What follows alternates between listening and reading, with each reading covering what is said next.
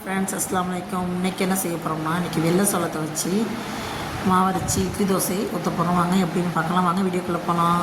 வெள்ளை சோளம் ஒரு டம்ளர் எடுத்துக்கிட்டேன். அதே டம்ளரில் இட்லி அரிசி குண்டு அரிசி எடுத்துக்கிட்டேன் ஒரு டம்ளர். அரை டம்ளர் உளுந்து கம்மியாக கரெக்டாக இருக்கணும்.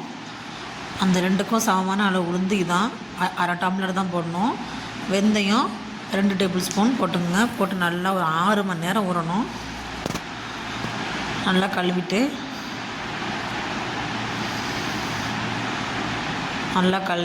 ஒரு 6 மணி நேரம் ஊற வைங்க.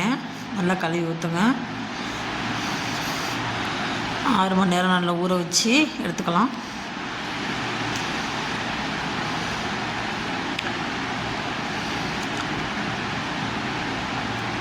ஆறு மணி நேரம் ஆச்சு. நல்லா ஊறிடுச்சு பாருங்கள். எல்லாத்தையும் ஒன்றாய் போட்டு ஊற வச்சுக்கலாம். உளுந்து, வெள்ளை சோளம், வெந்தயம், அரிசி இதெல்லாம் சேர்த்து நல்லா 6 மணி நேரம் ஊறிடுச்சு.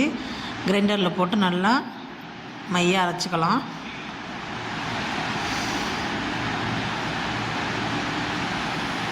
அரைச்சி பாருங்கள். அரைச்சிட்டு தோசை சூப்பராக செம்ம டேஸ்ட்டாக நல்லா முறுமுன்னு கிறிஸ்பியாக இருக்குது.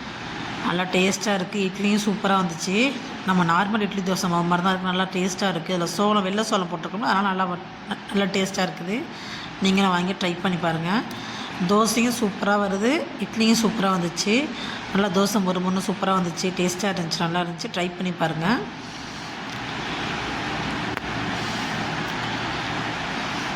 இந்த வீடியோ பிடிச்சிருந்தா லைக் பண்ணுங்கள், கமெண்ட் பண்ணுங்கள், ஷேர் பண்ணுங்கள், மறக்காமல் சப்ஸ்கிரைப் பண்ணுங்கள். இந்த அரிசியை நைட்லாம் ஊற வச்சு காலையில் வச்சோம்னா இன்னும் பொசு சூப்பராக இருக்கும். நல்லா ஊறினா நல்லாயிருக்கும். இந்த சோளமும் இந்த அரிசியும் நல்லா மாவு நல்லா கெட்டியாக இருக்குது பாருங்கள். நல்லா பொசுன்னு இருக்குது பாருங்கள். சூப்பராக இருக்குது. இட்லி ஊற்றி பார்த்தா சூப்பராக இருக்குது. தோசையும் சூப்பராக இருக்குது. ட்ரை பண்ணி பாருங்கள்.